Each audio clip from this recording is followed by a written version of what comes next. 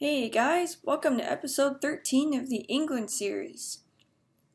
So, in the last episode, we talked about some reforms Alfred was making.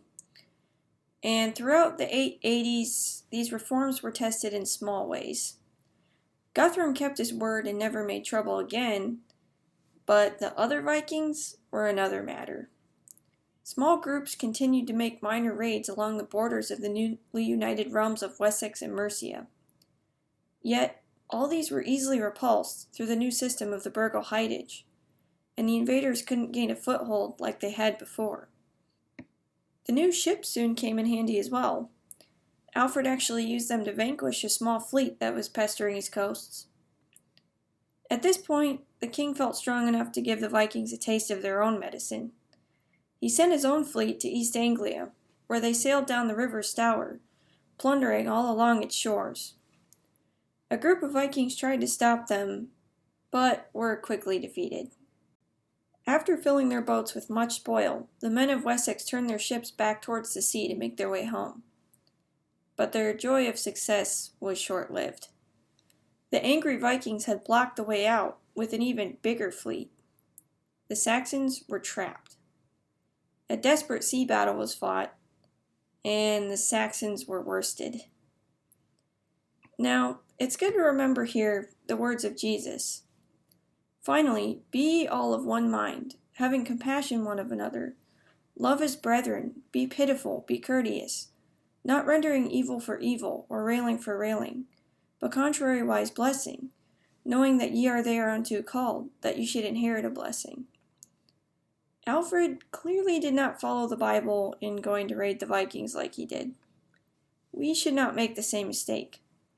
As soldiers of Christ, he has called us to a higher way of warfare, one much better than the world wages. We can certainly defend ourselves against our enemies, but we shouldn't just do things to get them back. Other than a few small fights, however, the kingdom was enjoying a much greater peace than it had for about the last 10 years. But as the autumn of 892 dawned, it was clear that peace was over. Alfred's military reforms were about to be seriously put to the test. The restless Norsemen, who had been busy plundering the mainland of Europe, had tired of their sport there, and were sailing straight for Britain. 330 boats full of them. And just like the great invasion that had begun in the days of King Ethelred, Alfred's older brother, these warriors had brought their wives and children with them, clearly showing that they had come to stay and settle in the land. A double-pronged attack was launched on Kent, with the main force landing at Appledore and a smaller body embarking at Milton. And the second force at Milton was actually under a famous Viking raider named Halstein. Anyway, Alfred immediately responded to the threat and positioned his army where he could observe the movements of both the Viking groups. But while the king was busy negotiating with Halstein, the bigger force of Norsemen set off further north into Wessex. Perhaps they thought they could take advantage of the king while he was busy. But they didn't count on his eldest son, Prince Edward.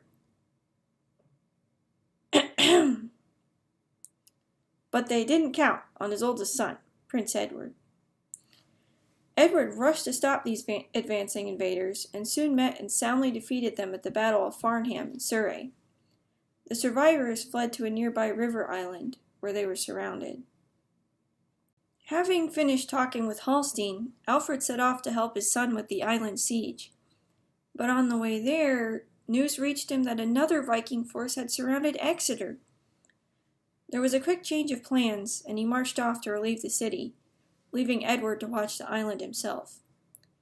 But the young prince did very well, and the Norsemen did at last surrender, giving the typical hostages and the useless promise to leave Wessex, which was indeed useless as they didn't keep it and went off to join Halstein instead. They did suffer another defeat at Benfleet along the way though, further depleting their numbers. With Alfred still busy in Exeter, Halstein saw the perfect chance to make a strike. Starting at Shoebury, he and his troops marched up the Thames River Valley in their mission of conquest. They made it to Buddington, but no further. Ethelred of Mercia, along with 2 other ealdormen, had gathered the forces of their burghs and created a blockade. In vain the Vikings threw themselves against the human wall. In the end, they were forced to draw back to Shoebury.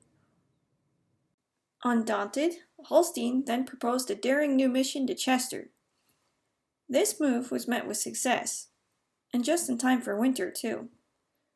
Alfred didn't bother with blockading them, but he did take away or destroy all the food in the surrounding area, making things just as hard for them as if there had been a siege. The hungry and frustrated Vikings saw there was little hope for them in Chester, and so they left the following spring. One final attack was launched on London, but after this also proved a massive failure, they lost heart entirely.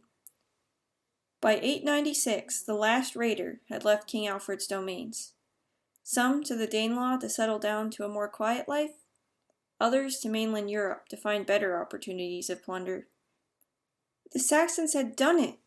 Fighting together with the help of the new system of the Burgle Heightage, they had stopped the invaders from stealing their land.